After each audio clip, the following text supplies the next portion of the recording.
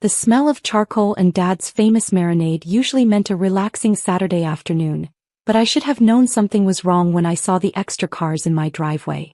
What I'd thought was our family's monthly barbecue at my house had apparently expanded to include several people I'd never met, all of whom seemed oddly interested in my home's square footage. Emma.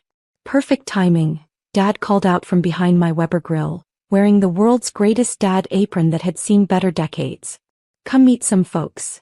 I set down the potato salad I'd brought, to my own barbecue apparently, and surveyed the gathering in my backyard. Beyond the usual suspects, Mom fussing over the condiment table, my brother Jake pushing his 2-year-old on the swing set I'd installed last spring, I recognized several unfamiliar faces with the telltale look of people conducting business on a Saturday afternoon. Emma, this is Margaret Whitfield from Whitfield Realty, Dad announced with the enthusiasm usually reserved for major life announcements. And this gentleman is her associate, Tom Chen. They've been so helpful with our family planning. Margaret stepped forward with a professional smile and a measuring tape clipped to her belt. Emma, your father's told us so much about you. What a beautiful property you have here. The mature landscaping alone must add significant value. I looked around my backyard. The garden I'd spent 3 years cultivating, the deck I'd built with my own hands, the privacy fence I'd installed to create exactly this kind of peaceful retreat. Thank you. Are you here for the barbecue?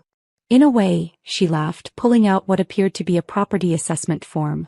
We're here to help your family optimize this wonderful space. Jake wandered over with his daughter Lily perched on his shoulders, his wife Sarah trailing behind with the exhausted look of someone managing a toddler and 6 months of pregnancy.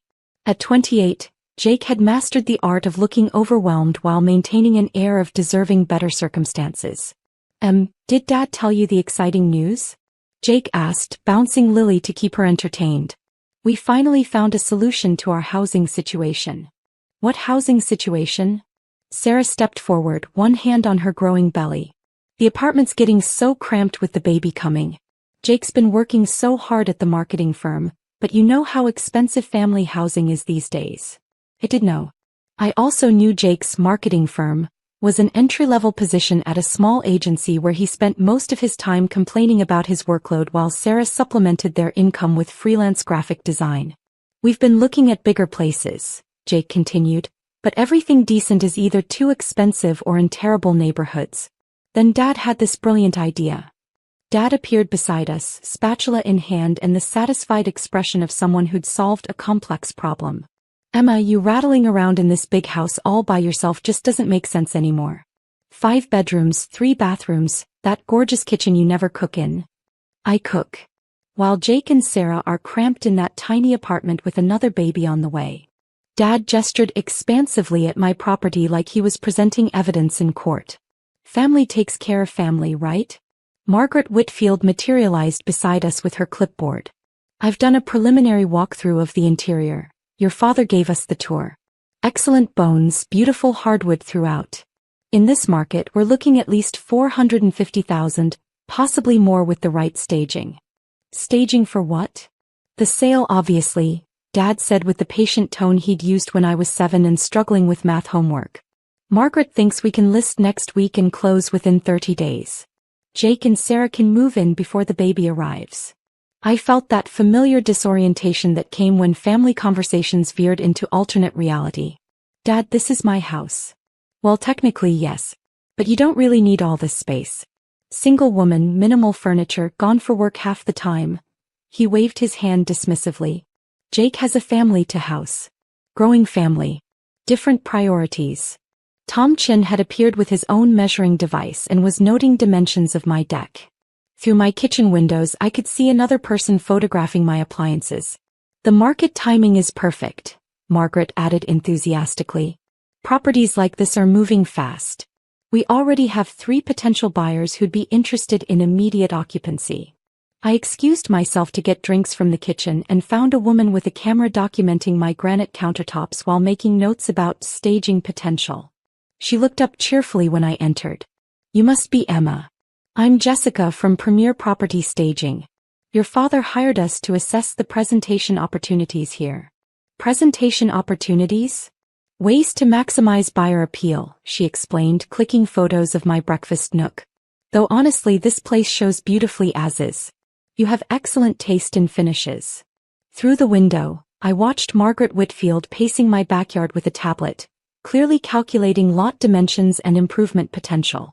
Tom Chin was interviewing Dad near the grill, taking notes while Dad gestured enthusiastically about my property's investment value.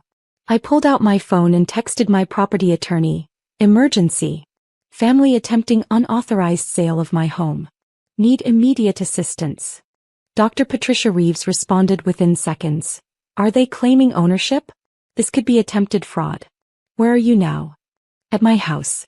They've brought realtors, stagers, the works. On my way. Don't sign anything. Take photos of any documents they present." I returned to the backyard, where Jake was excitedly showing Lily the swing set that would soon be hers forever. Sarah was discussing nursery plans with Mom, both of them glowing with the satisfaction of problems being solved by other people's generosity. "Emma," Dad called out, waving me toward a folding table that had appeared near the deck. "Come see the preliminary listing agreement. Margaret's put together a very competitive marketing strategy." The table was covered with real estate documents, market analyses, and what appeared to be a professional listing contract. Margaret had organized everything with the efficiency of someone accustomed to closing deals quickly. "Based on recent comparables in your neighborhood," she explained, pointing to various charts and graphs, "we're confident in the $450 starting price. Your father mentioned you'd be flexible on closing timeline to accommodate family needs." I mentioned what now? "Jake and Sarah need to be settled before the baby arrives," Dad said matter-of-factly. "We discussed a direct family transfer to avoid realtor commissions, but Margaret convinced us that proper market pricing would benefit everyone." Jake nodded enthusiastically. "This way you get fair market value for your investment and we get a family home we could never afford otherwise. Win-win situation." I studied the listing agreement, noting that it identified Thomas Richardson on behalf of Emma Richardson as the authorized seller. "Dad, how exactly are you authorized to sell my property?" "Family business, Emma. Sometimes parents have to make hard decisions for their children's benefit. I'm 32 years old. And still single with no family obligations," Mom chimed in, appearing beside the table with a pitcher of lemonade. "Jake has actual responsibilities. Children who need stability, a wife who needs space for the new baby. Your priorities are different." "My different priorities. Like the mortgage payments I'd made for 6 years. The property taxes I paid quarterly. The homeowner's insurance, maintenance costs and renovation expenses that had transformed this house into exactly what I wanted. Besides," Dad continued, "this house is too much for you anyway.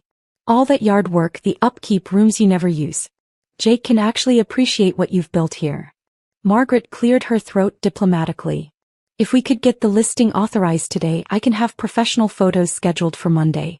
The sooner we get on the market, the better our positioning against competing properties." Sarah bounced Lily gently while studying my kitchen through the sliding doors. "Emma, I hope you know how grateful we are. This is like a dream come true for our family." "Where exactly do they think I'll be living?" I asked. "There are some lovely condominiums downtown," Mom suggested helpfully. "Much more appropriate for a single person. Less maintenance, closer to work, probably better for your social life." My social life. As if downsizing my living situation would somehow upgrade my relationship status through proximity to urban amenities. Jake's phone rang and he answered with his professional voice. "Jake Richardson." "Yes, about the house. Actually, we're finalizing that today." No need to wait, we're moving forward immediately." He hung up and grinned at Dad. That was my boss. When I mentioned we might be moving to a better neighborhood, he hinted about potential promotions for family men who show stability and growth mindset. See? Dad beamed. This decision benefits everyone. Jake's career advancement, Sarah's nesting needs, a proper environment for the grandchildren. Tom Chin approached our table with his clipboard full of measurements. "Mr. Richardson, I have all the dimensions we need. Margaret can get the listing live by Tuesday if we finalize authorization today." In the distance I could see a black car pulling into my driveway. Dr. Patricia Reeves emerged from the black sedan with the commanding presence of someone who'd built a career dismantling real estate fraud. Behind her walked Detective Marcus Webb from the Financial Crimes Unit and another woman I didn't recognize carrying an official-looking briefcase. "Emma," Patricia called out, approaching our table with purpose, "I see we have a situation here." The real estate team's confident chatter died immediately. Margaret Whitfield's professional smile wavered as she took in Patricia's authoritative bearing and the detective's badge. "Everyone," I said pleasantly, "I'd like you to meet Dr. Patricia Reeves, my property attorney. Dr. Reeves, these are the people planning to sell my house without my authorization." Dad's expression shifted from confidence to confusion. "Emma, there's no need for lawyers. This is family business." "Actually," Patricia said, opening her briefcase and extracting official documents, "unauthorized attempts to sell someone else's property constitute criminal fraud, regardless of family relationships." Detective Webb stepped forward, introducing himself to the gathered crowd. "I'm investigating reports of real estate fraud involving this property. Could someone explain who authorized these listing preparations?" Margaret Whitfield found her voice first. "Mr. Richardson told us he had authorization to list the property on behalf of his daughter." "Thomas Richardson," Patricia said, consulting her documents, "has no legal authority over this property. Emma Richardson is the sole owner with no co-signers, liens, or family trust provisions. Mr. Richardson's name appears nowhere on the deed." The silence that followed was profound. Tom Chin stopped writing on his clipboard. Jessica from Premier Staging slowly lowered her camera. "There's been some misunderstanding," Dad said weakly. "I'm just trying to help my family." "By committing property fraud," Detective Webb interrupted. "Sir, did you represent yourself as having authorization to sell property you don't own?" Jake finally grasped the gravity of the situation. "Dad, what did you tell them exactly?" "I told them we were handling family business," Dad said defensively. "Emma doesn't need this big house, and Jake has actual family responsibilities." "Mr. Richardson," Patricia cut him off, "your opinions about housing needs don't constitute legal ownership. Attempting to sell property without authorization is a felony in this state." The woman with the briefcase introduced herself as Agent Sarah Kim from the State Real Estate Commission.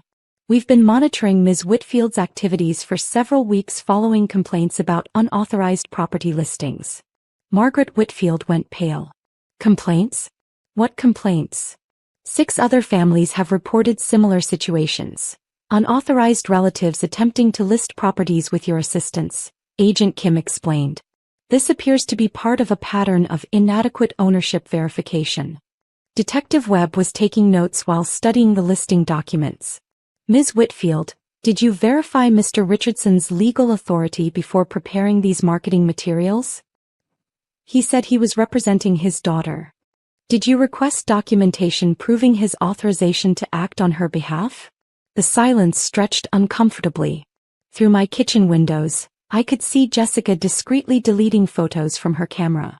"Furthermore," Patricia continued, "we've discovered that Ms. Whitfield has been involved in 3 other fraudulent property schemes over the past 18 months, targeting successful property owners through family manipulation." Sarah clutched Jake's arm, finally understanding that their dream house solution was dissolving into a criminal investigation. "Dad," Jake whispered, "what have you done?" Margaret Whitfield's real estate license was suspended pending investigation. The state commission discovered she'd been running similar schemes with 5 other families, targeting successful property owners whose relatives felt entitled to their assets. Her agency, Whitfield Realty, closed within 2 weeks. Dad faced criminal charges for attempted property fraud. His reputation in the community collapsed when the local newspaper ran the story. Retired teacher charged in real estate scam targeting own daughter. The case became a cautionary tale about family manipulation and property rights. Jake and Sarah's housing dreams imploded along with their marriage.